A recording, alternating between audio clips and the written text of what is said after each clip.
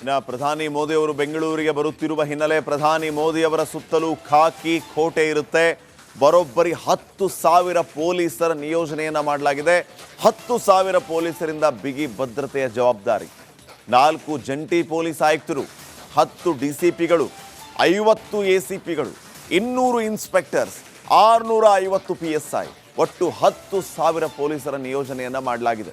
CAR ಇರುತ್ತೆ, KSRP ಇರುತ್ತೆ, ಹಾಗೆಯೇ ಇನ್ನುಳಿದ ಭದ್ರತಾ ಪಡೆಗಳು ಕೂಡ ಇಲ್ಲಿ ನಿಯೋಜನೆ ಮಾಡಲಾಗಿದೆ. ಕಮಿಷನರ್ ಸಿಮನ್ ಕುಮಾರ್ ಸಿಂಗ್ ನೇತೃತ್ವದಲ್ಲಿ ಬಂದೋಬಸ್ತ್ ವ್ಯವಸ್ಥೆಯನ್ನು ಮಾಡಲಾಗಿದೆ. ಜೊತೆಗೆ CAR, KSRP ತುಕಡಿಗಳ ನಿಯೋಜನೆ ಕೂಡ ಮಾಡಲಾಗಿದೆ. ಜಯನಗರ, JP ನಗರ ಬಳಿ ಚೆಕ್ ಪೋಸ್ಟ್ಗಳ ಸ್ಥಾಪನೆಯನ್ನು ಮಾಡಲಾಗಿದೆ. ಸುಮಾರು 50 ಚೆಕ್ ಪೋಸ್ಟ್ಗಳ ಸ್ಥಾಪನೆಯನ್ನು ಮಾಡಲಾಗಿರೋದು. ಈಗಾಗಲೇ ಬಂದೋಬಸ್ತ್ ಬಗ್ಗೆ ಪರಿಶೀಲನೆ ನಡೆಸಿದ್ದಾರೆ ಕಮಿಷನರ್. ನಿನ್ನೆಯೇ ಬಂದೋಬಸ್ತ್ ವ್ಯವಸ್ಥೆಯ ಬಗ್ಗೆ ಪರಿಶೀಲನೆಯಾಗಿದೆ. ರಾತ್ರಿಯಿಡೀ ನಗರದಲ್ಲಿ ಆಯ್ದ ರಸ್ತೆಗಳಲ್ಲಿ ನಾಕಾಬಂದಿಯನ್ನು ಹಾಕಿ ವಾಹನಗಳ ತಪಾಸಣೆಯನ್ನು ಕೂಡ ಮಾಡಲಾಗಿದೆ. ಅನುಮಾನಾಸ್ಪದ ವ್ಯಕ್ತಿಗಳ ಮೇಲೆ ನಿಗಾ ವಹಿಸುವಂತಹ ಕೆಲಸ ಕೂಡ ಆಗಿದೆ.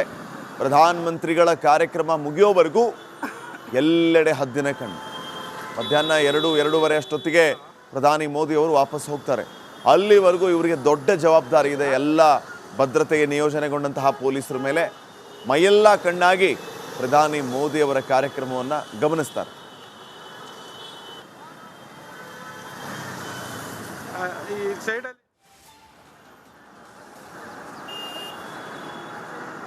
ಇನ್ನಷ್ಟು ಅಪ್ಡೇಟ್ಸ್ ಅನ್ನ ಕೊಡ್ತಾರೆ ನಮ್ಮ ಪ್ರತಿನಿಧಿ ಧ್ರುವರಾಜ್. ಈಗ ನೇರ ಸಂಪರ್ಕದಲ್ಲಿ ಜಾಯ್ನ್ ಆಗಿದ್ದಾರೆ. ಧ್ರುವರಾಜ್, ಈ ಮಟ್ಟಿಗೆ ಸೆಕ್ಯೂರಿಟಿ ಫೋರ್ಸ್ ಇರುತ್ತೆ ಅನ್ನುವಂಥದ್ದನ್ನು ನಾವು ಗಮನಿಸ್ತಾ ಇದ್ದೀವಿ. 10,000 ಪೊಲೀಸರ ನಿಯೋಜನೆ, ಬರೋಬ್ಬರಿ 10,000 ಪೊಲೀಸರ ನಿಯೋಜನೆ, ಸ್ಟಾರ್ಟಿಂಗ್ ಪಾಯಿಂಟಿಂದ ಹಿಡಿದು ಎಂಡಿಂಗ್ ಪಾಯಿಂಟ್ವರೆಗೂ. ಸೊ ಯಾವ ರೀತಿ ಭದ್ರತೆ ಮತ್ತು ಯಾವ ರೀತಿಯ ಜವಾಬ್ದಾರಿಯನ್ನು ಈ ಪೊಲೀಸರಿಗೆ ನೀಡಲಾಗಿದೆ?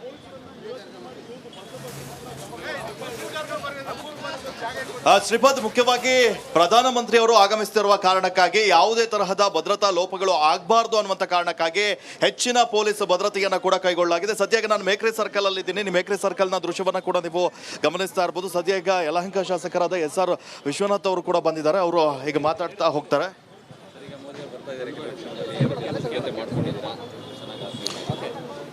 ಸರ್, ನಾವು ಭಾಳ ವರ್ಷಗಳಿಂದ ಬೆಂಗಳೂರಲ್ಲಿ ಆಗಿರ್ತಕ್ಕಂಥ ಮೆಟ್ರೋ ಎಲ್ಲೋ ಲೈನು ಇನಾಗರೇಷನ್ ಆಗಬೇಕಾಗಿತ್ತು. ಯಾಕಂದರೆ ತಾವು ನೋಡಿದರೆ ಪ್ರತಿನಿತ್ಯ ಬೆಂಗಳೂರಲ್ಲಿ ಟ್ರಾಫಿಕ್ ಸಮಸ್ಯೆ ಭಾಳ ದೊಡ್ಡದಾದಂಥ ಸಮಸ್ಯೆ.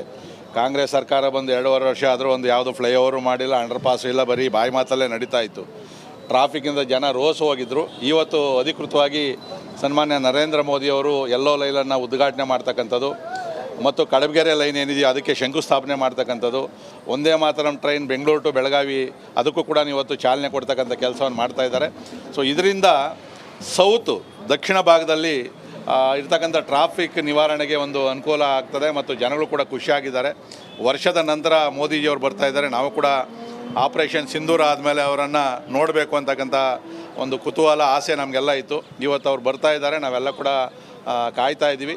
ನಾವು ಇವತ್ತು ಮೇಕ್ರಿ ವೃತ್ತ ಮತ್ತು 5 ಕಡೆ ಅವರನ್ನು ಸ್ವಾಗತವನ್ನು ಮಾಡೋದಕ್ಕೆ ಕೂಡ ಇದ್ದೀವಿ. ಇವತ್ತು ಯಲಹಂಕ, ದಾಸರಳ್ಳಿ, ಹೆಬ್ಬಾಳ, ಬ್ಯಾಟರಾಯಂಪುರ ನಾವು ಇಲ್ಲಿ ಕಾರ್ಯಕರ್ತರವರನ್ನು ಪ್ರಥಮವಾಗಿ ಸ್ವಾಗತ ಮಾಡುವಂಥ ಅವಕಾಶ ನಮ್ಗೆ ಸಿಕ್ಕಿದೆ. ಮುಂದೆ ಕೂಡ ಇವತ್ತು ಶಂಕುಸ್ಥಾಪನೆ ಏನು ಮಾಡ್ತಾ ಇದ್ದಾರೆ. ಇವತ್ತು ದೊಡ್ಡ ಮೆಟ್ರೋ ಇವತ್ತು ಇಡೀ ದೇಶದಲ್ಲೇ 2ನೇ ದೊಡ್ಡ ಜಾಲ ನಮ್ಮ ಬೆಂಗಳೂರಲ್ಲಿ ಆಗ್ತಾ ಇರ್ತಕ್ಕಂಥದ್ದು. ಸೊ ಇನ್ನೂ ಕೂಡ 300 ಕಿಲೋಮೀಟ್ರಷ್ಟು ಒಟ್ಟು ಮೆಟ್ರೋ ಆದರೆ ನಮ್ಮ ಬೆಂಗಳೂರಿನ ಟ್ರಾಫಿಕ್ ಸಮಸ್ಯೆ ಬಗೆಹರಿತದೆ.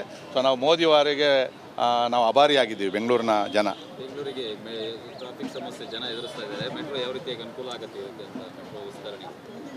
ಈಗ ನಾವೇನು ಅಂದರೆ ಕನೆಕ್ಟಿವಿಟಿ ಇಲ್ಲ. ಜನ ಎಲ್ಲಾದರೂ ಒಂದು ಜಾಗದಿಂದ ಇನ್ನೊಂದು ಜಾಗಕ್ಕೆ ಬಸ್ಸಲ್ಲಿ ಹೋಗ್ಬೇಕು ಅಂದರೆ 3 ಬಸ್ ಹತ್ತು ಹೋಗಬೇಕು, ಕಾಯಬೇಕು, ಟೈಮ್ ಬರೋದಿಲ್ಲ. ಮೆಟ್ರೋ ಆಗೋದ್ರಿಂದ ಏನಾಗ್ತದೆ, ಈಗ ಆಫೀಸ್ಗಳು ಎಲೆಕ್ಟ್ರಾನಿಕ್ ಸಿಟಿ ಅಲ್ಲಿ ಸಾಕಷ್ಟು ಕಚೇರಿಗಳು IT BT ಇರ್ತಕ್ಕಂಥ ಆ ಭಾಗದಲ್ಲಿ ಎಲ್ಲ ಕೂಡ ಇವತ್ತು ವೆಹಿಕಲನ್ನು ಉಪಯೋಗಿಸ್ತಾ ಇದ್ದಾರೆ. ಯಾಕಂದರೆ ಬಸ್ ಕನೆಕ್ಟಿವಿಟಿ ಅಷ್ಟೊಂದು ಈಸಿಯಾಗಿಲ್ಲ ಅಲ್ಲಿ ಮತ್ತು ಕನೆಕ್ಟಿವಿಟಿನೂ ಸರಿಯಾಗಿಲ್ಲ. ಮೆಟ್ರೋ ಆಗೋದ್ರಿಂದ ಏನಾಗ್ತಾರೆ, ಜನ ನೇರವಾಗಿ ಆರಾಮ ಮೆಟ್ರೋದಲ್ಲಿ ಕುತ್ಕೊತಾರೆ, ಇನ್ನೊಂದು ಕಡೆ ಇನ್ನೊಂದು ಮೆಟ್ರೋ ಹತ್ಕೊಂಡು ಹೋಗ್ತಾರೆ. ಸೊ ಇದರಿಂದ ಏನಾಗ್ತದೆ, ಸುಲಲಿತವಾಗಿ ಯಾವುದೇ ಟೆನ್ಷನ್ ಇಲ್ಲದೆ ಅಪಘಾತ ಆಗ್ತದೆ ಅಂತಕ್ಕಂಥ ಟೆನ್ಷನ್ ಆಗಲಿ ಏನೂ ಇಲ್ಲದೆ ಖಂಡಿತವಾಗಿ ಕೂಡ ಮನೆಗೂ ಕೂಡ ಸೇಫ್ಟಿಯಾಗಿ ಹೋಗ್ತಾರೆ, ಆಫೀಸ್ಗೂ ಹೋಗ್ತಾರೆ. ಇದರಿಂದ ಖಂಡಿತವಾಗಿ ಕೂಡ ಜನಗಳಿಗೆ ಖುಷಿ ಆಗ್ತದೆ. ಸರ್, ನಿಮ್ಮ ಭಾಗಕ್ಕೆ ಮೆಟ್ರೋ ಕನೆಕ್ಷನ್ ಸ್ವಲ್ಪ ತಡ ಆಗ್ತಾ ಇದೆಯಲ್ಲ ಸರ್? ಯಾಕಂದರೆ ಅದು ಭಾಳ ದೊಡ್ಡ ಕನೆಕ್ಷನ್. ಯಾಕಂದರೆ ಬೆಂಗಳೂರು ಡೈರಿಯಿಂದ ಹಿಡಿದು ನಾಗಾವರ ಅಲ್ಲಿಂದ ಏರ್ಪೋರ್ಟ್ ಕನೆಕ್ಷನ್ ಆಗ್ತಾ ಇರ್ತಕ್ಕಂಥದ್ದು. ಕೆಲಸ ಏನು ನಿಂತಿಲ್ಲ, ಅದು ಕೆಲಸ ಹಗಲು ರಾತ್ರಿ ಕೂಡ ಕೆಲಸವನ್ನು ಮಾಡ್ತಾ ಇದ್ದಾರೆ. ಬಹುಶಃ ಇನ್ನೂ ಅವರು 2 ವರ್ಷ ಟಾರ್ಗೆಟನ್ನು ಕೊಟ್ಟಿದ್ದಾರೆ. ಪಿಲ್ಲರ್ಗಳೆಲ್ಲ ಆಗಿದೆ, ಮೇಲ್ಗಡೆ ಜೋಡಣೆ ಕೂಡ ಆಗ್ತಾ ಇದೆ. ಇನ್ನು 2 ವರ್ಷದೊಳಗಡೆಗೆ ಅಲ್ಲೂ ಕೂಡ ಮೆಟ್ರೋ ಜಾಲ, ಯಾಕಂದರೆ ಏರ್ಪೋರ್ಟ್ಗೂ ಕೂಡ ಭಾಳ ಅವಶ್ಯಕತೆ ಇದೆ. ಈಗ ಏರ್ಪೋರ್ಟ್ ಕನೆಕ್ಟಿವಿಟಿ ಈಗೆಲ್ಲ ಸೌತ್ದೇನು ಈಗ ಎಲ್ಲೋ ಝೋನು ಇವೆಲ್ಲ ಆಗ್ತಾಯಿದೆ, ಅವೆಲ್ಲ ಕೂಡ ಏರ್ಪೋರ್ಟ್ ಲೈನ್ಗೂ ಕೂಡ ಲಿಂಕ್ ಆಗ್ತದೆ. ಸೊ ಅದರಿಂದ ಏನಾಗ್ತದೆ, ಏರ್ಪೋರ್ಟ್ಗೆ ಹೋಗೋದು ಕೂಡ ಭಾಳ ತುಂಬ ಅನುಕೂಲ ಆಗ್ತದೆ ಅದರಿಂದ. ಇನ್ನು ಪ್ರಧಾನಿ ಮೋದಿ ಅವರು ಬೆಂಗಳೂರಿಗೆ ಬರುತ್ತಿರುವ ಹಿನ್ನೆಲೆ ಪ್ರಧಾನಿ ಮೋದಿಯವರ ಸುತ್ತಲೂ ಖಾಕಿ ಕೋಟೆ ಇರುತ್ತೆ. ಬರೋಬ್ಬರಿ 10,000 ಪೊಲೀಸರ ನಿಯೋಜನೆಯನ್ನು ಮಾಡಲಾಗಿದೆ. 10,000 ಪೊಲೀಸರಿಂದ ಬಿಗಿ ಭದ್ರತೆಯ ಜವಾಬ್ದಾರಿ.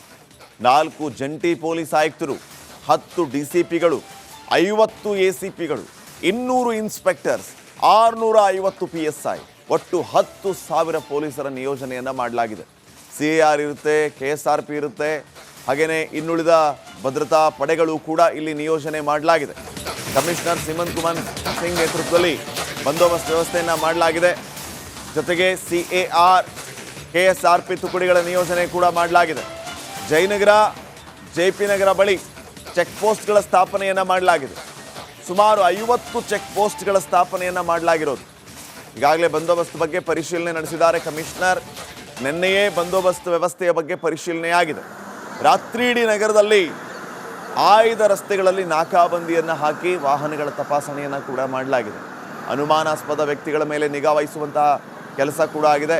ಪ್ರಧಾನಮಂತ್ರಿಗಳ ಕಾರ್ಯಕ್ರಮ ಮುಗಿಯೋವರೆಗೂ ಎಲ್ಲೆಡೆ ಹದ್ದಿನ ಕಣ್ಣು. ಮಧ್ಯಾಹ್ನ 2-2:30 ಅಷ್ಟೊತ್ತಿಗೆ ಪ್ರಧಾನಿ ಮೋದಿ ಅವರು ವಾಪಸ್ ಹೋಗ್ತಾರೆ. ಅಲ್ಲಿವರೆಗೂ ಇವರಿಗೆ ದೊಡ್ಡ ಜವಾಬ್ದಾರಿ ಇದೆ. ಎಲ್ಲ ಭದ್ರತೆಗೆ ನಿಯೋಜನೆಗೊಂಡಂತಹ ಪೊಲೀಸರ ಮೇಲೆ ಮೈಯೆಲ್ಲ ಕಣ್ಣಾಗಿ ಪ್ರಧಾನಿ ಮೋದಿಯವರ ಕಾರ್ಯಕ್ರಮವನ್ನು ಗಮನಿಸ್ತಾರೆ.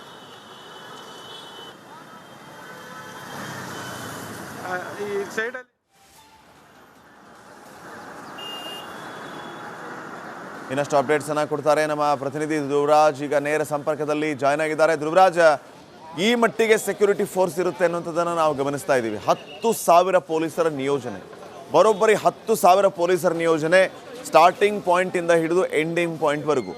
ಸೊ ಯಾವ ರೀತಿ ಭದ್ರತೆ ಮತ್ತು ಯಾವ ರೀತಿಯ ಜವಾಬ್ದಾರಿಯನ್ನು ಈ ಪೊಲೀಸರಿಗೆ ನೀಡಲಾಗಿದೆ?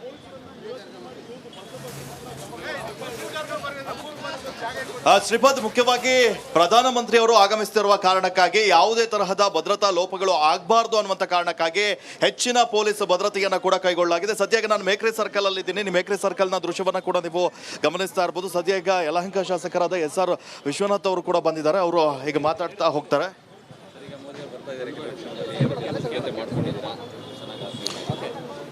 ಸರ್, ನಾವು ಭಾಳ ವರ್ಷಗಳಿಂದ ಬೆಂಗಳೂರಲ್ಲಿ ಆಗಿರ್ತಕ್ಕಂಥ ಮೆಟ್ರೋ ಎಲ್ಲೋ ಲೈನು ಇನಾಗರೇಷನ್ ಆಗಬೇಕಾಗಿತ್ತು.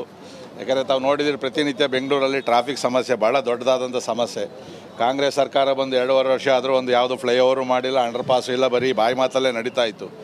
ಟ್ರಾಫಿಕ್ಕಿಂದ ಜನ ರೋಸು ಹೋಗಿದ್ದರು. ಇವತ್ತು ಅಧಿಕೃತವಾಗಿ ಸನ್ಮಾನ್ಯ ನರೇಂದ್ರ ಮೋದಿಯವರು ಎಲ್ಲೋ ಲೈನನ್ನು ಉದ್ಘಾಟನೆ ಮಾಡ್ತಕ್ಕಂಥದ್ದು ಮತ್ತು ಕಡಬಗೆರೆ ಲೈನ್ ಏನಿದೆಯೋ ಅದಕ್ಕೆ ಶಂಕುಸ್ಥಾಪನೆ ಮಾಡ್ತಕ್ಕಂಥದ್ದು, ಒಂದೇ ಮಾತರಂ ಟ್ರೈನ್ ಬೆಂಗಳೂರು ಟು ಬೆಳಗಾವಿ ಅದಕ್ಕೂ ಕೂಡ ಇವತ್ತು ಚಾಲನೆ ಕೊಡ್ತಕ್ಕಂಥ ಕೆಲಸವನ್ನು ಮಾಡ್ತಾಯಿದ್ದಾರೆ. ಸೊ ಇದರಿಂದ ದಕ್ಷಿಣ ಭಾಗದಲ್ಲಿ ಇರ್ತಕ್ಕಂಥ ಟ್ರಾಫಿಕ್ ನಿವಾರಣೆಗೆ ಒಂದು ಅನುಕೂಲ ಆಗ್ತದೆ ಮತ್ತು ಜನಗಳು ಕೂಡ ಖುಷಿಯಾಗಿದ್ದಾರೆ. ವರ್ಷದ ನಂತರ ಮೋದಿಜಿಯವರು ಬರ್ತಾ ಇದ್ದಾರೆ. ನಾವು ಕೂಡ ಆಪರೇಷನ್ ಸಿಂಧೂರ ಆದಮೇಲೆ ಅವರನ್ನು ನೋಡಬೇಕು ಅಂತಕ್ಕಂಥ ಒಂದು ಕುತೂಹಲ, ಆಸೆ ನಮಗೆಲ್ಲ ಇತ್ತು. ಇವತ್ತು ಅವ್ರು ಬರ್ತಾ ಇದ್ದಾರೆ, ನಾವೆಲ್ಲ ಕೂಡ ಕಾಯ್ತಾ ಇದ್ದೀವಿ. ನಾವು ಇವತ್ತು ಮೇಕ್ರಿ ವೃತ್ತ ಮತ್ತು 5 ಕಡೆ ಅವರನ್ನು ಸ್ವಾಗತವನ್ನು ಮಾಡೋದಕ್ಕೆ ಕೂಡ ಇದ್ದೀವಿ. ಇವತ್ತು ಯಲಹಂಕ, ದಾಸರಳ್ಳಿ, ಹೆಬ್ಬಾಳ, ಬ್ಯಾಟರಾಯಂಪುರ ನಾವು ಇಲ್ಲಿ ಕಾರ್ಯಕರ್ತರವರನ್ನು ಪ್ರಥಮವಾಗಿ ಸ್ವಾಗತ ಮಾಡುವಂಥ ಅವಕಾಶ ನಮ್ಗೆ ಸಿಕ್ಕಿದೆ. ಮುಂದೆ ಕೂಡ ಇವತ್ತು ಶಂಕುಸ್ಥಾಪನೆ ಏನು ಮಾಡ್ತಾ ಇದ್ದಾರೆ. ಇವತ್ತು ದೊಡ್ಡ ಮೆಟ್ರೋ ಇವತ್ತು ಇಡೀ ದೇಶದಲ್ಲೇ 2ನೇ ದೊಡ್ಡ ಜಾಲ ನಮ್ಮ ಬೆಂಗಳೂರಲ್ಲಿ ಆಗ್ತಾ ಇರ್ತಕ್ಕಂಥದ್ದು. ಸೊ ಇನ್ನೂ ಕೂಡ 300 ಕಿಲೋಮೀಟ್ರಷ್ಟು ಒಟ್ಟು ಮೆಟ್ರೋ ಆದರೆ ನಮ್ಮ ಬೆಂಗಳೂರಿನ ಟ್ರಾಫಿಕ್ ಸಮಸ್ಯೆ ಬಗೆಹರಿತದೆ. ಸೊ ನಾವು ಮೋದಿಯವರಿಗೆ ನಾವು ಆಭಾರಿಯಾಗಿದ್ದೀವಿ ಬೆಂಗಳೂರಿನ ಜನ. ಬೆಂಗಳೂರಿಗೆ ಟ್ರಾಫಿಕ್ ಸಮಸ್ಯೆ ಜನ ಎದುರಿಸ್ತಾ ಇದ್ದಾರೆ. ಮೆಟ್ರೋ ಯಾವ ರೀತಿಯಾಗಿ ಅನುಕೂಲ ಆಗುತ್ತೆ ಅಂತ ಮೆಟ್ರೋ ವಿಸ್ತರಣೆ? ಈಗ ನಾವೇನು ಅಂದರೆ ಕನೆಕ್ಟಿವಿಟಿ ಇಲ್ಲ. ಜನ ಎಲ್ಲಾದರೂ ಒಂದು ಜಾಗದಿಂದ ಇನ್ನೊಂದು ಜಾಗಕ್ಕೆ ಬಸ್ಸಲ್ಲಿ ಹೋಗ್ಬೇಕು ಅಂದರೆ 3 ಬಸ್ ಹತ್ತು ಹೋಗಬೇಕು, ಕಾಯಬೇಕು, ಟೈಮ್ ಬರೋದಿಲ್ಲ. ಮೆಟ್ರೋ ಆಗೋದ್ರಿಂದ ಏನಾಗ್ತದೆ, ಈಗ ಆಫೀಸ್ಗಳು ಎಲೆಕ್ಟ್ರಾನಿಕ್ ಸಿಟಿ ಅಲ್ಲಿ ಸಾಕಷ್ಟು ಕಚೇರಿಗಳು IT BT ಇರ್ತಕ್ಕಂಥ ಆ ಭಾಗದಲ್ಲಿ ಎಲ್ಲ ಕೂಡ ಇವತ್ತು ವೆಹಿಕಲನ್ನು ಉಪಯೋಗಿಸ್ತಾ ಇದ್ದಾರೆ. ಯಾಕಂದರೆ ಬಸ್ ಕನೆಕ್ಟಿವಿಟಿ ಅಷ್ಟೊಂದು ಈಸಿಯಾಗಿಲ್ಲ ಅಲ್ಲಿ, ಮತ್ತು ಕನೆಕ್ಟಿವಿಟಿನೂ ಸರಿಯಾಗಿಲ್ಲ. ಮೆಟ್ರೋ ಆಗೋದ್ರಿಂದ ಏನಾಗ್ತಾರೆ, ಜನ ನೇರವಾಗಿ ಆರಾಮ ಮೆಟ್ರೋದಲ್ಲಿ ಕುತ್ಕೊತಾರೆ, ಇನ್ನೊಂದು ಕಡೆ ಇಳಿದು ಇನ್ನೊಂದು ಮೆಟ್ರೋ ಹತ್ಕೊಂಡು ಹೋಗ್ತಾರೆ. ಸೊ ಇದರಿಂದ ಏನಾಗ್ತದೆ, ಸುಲಲಿತವಾಗಿ ಯಾವುದೇ ಟೆನ್ಷನ್ ಇಲ್ಲದೆ ಅಪಘಾತ ಆಗ್ತದೆ ಅಂತಕ್ಕಂಥ ಟೆನ್ಷನ್ ಆಗಲಿ ಏನೂ ಇಲ್ಲದೆ ಖಂಡಿತವಾಗಿ ಕೂಡ ಮನೆಗೂ ಕೂಡ ಸೇಫ್ಟಿಯಾಗಿ ಹೋಗ್ತಾರೆ, ಆಫೀಸ್ಗೂ ಹೋಗ್ತಾರೆ. ಇದರಿಂದ ಖಂಡಿತವಾಗಿ ಕೂಡ ಜನಗಳಿಗೆ ಖುಷಿ ಆಗ್ತದೆ. ಸರ್, ನಿಮ್ಮ ಭಾಗಕ್ಕೆ ಮೆಟ್ರೋ ಕನೆಕ್ಷನ್ ಸ್ವಲ್ಪ ತಡ ಆಗ್ತಾ ಇದೆಯಲ್ಲ ಸೊ ಅದು ಯಾಕಂದರೆ ಅದು ಭಾಳ ದೊಡ್ಡ ಕನೆಕ್ಷನ್. ಯಾಕಂದರೆ ಬೆಂಗಳೂರು ಡೈರಿಯಿಂದ ಹಿಡಿದು ನಾಗಾವರ ಅಲ್ಲಿಂದ ಏರ್ಪೋರ್ಟ್ ಕನೆಕ್ಷನ್ ಆಗ್ತಾ ಇರ್ತಕ್ಕಂಥದ್ದು. ಕೆಲಸ ಏನು ನಿಂತಿಲ್ಲ, ಅದು ಕೆಲಸ ಹಗಲು ರಾತ್ರಿ ಕೂಡ ಕೆಲಸವನ್ನು ಮಾಡ್ತಾ ಇದ್ದಾರೆ. ಬಹುಶಃ ಇನ್ನೂ ಅವರು 2 ವರ್ಷ ಟಾರ್ಗೆಟನ್ನು ಕೊಟ್ಟಿದ್ದಾರೆ. ಪಿಲ್ಲರ್ಗಳೆಲ್ಲ ಆಗಿದೆ, ಮೇಲ್ಗಡೆ ಜೋಡಣೆ ಕೂಡ ಆಗ್ತಾ ಇದೆ. ಇನ್ನು 2 ವರ್ಷದೊಳಗಡೆಗೆ ಅಲ್ಲೂ ಕೂಡ ಮೆಟ್ರೋ ಜಾಲ, ಯಾಕಂದರೆ ಏರ್ಪೋರ್ಟ್ಗೂ ಕೂಡ ಭಾಳ ಅವಶ್ಯಕತೆ ಇದೆ. ಈಗ ಏರ್ಪೋರ್ಟ್ ಕನೆಕ್ಟಿವಿಟಿ ಈಗೆಲ್ಲ ಸೌತ್ದೇನು ಈಗ ಎಲ್ಲೋ ಝೋನು ಇವೆಲ್ಲ ಆಗ್ತಾಯಿದೆ, ಅವೆಲ್ಲ ಕೂಡ ಏರ್ಪೋರ್ಟ್ ಲೈನ್ಗೂ ಕೂಡ ಲಿಂಕ್ ಆಗ್ತದೆ. ಸೊ ಅದರಿಂದ ಏನಾಗ್ತದೆ, ಏರ್ಪೋರ್ಟ್ಗೆ ಹೋಗೋದು ಕೂಡ ಭಾಳ ತುಂಬ ಅನುಕೂಲ ಆಗ್ತದೆ ಅದರಿಂದ.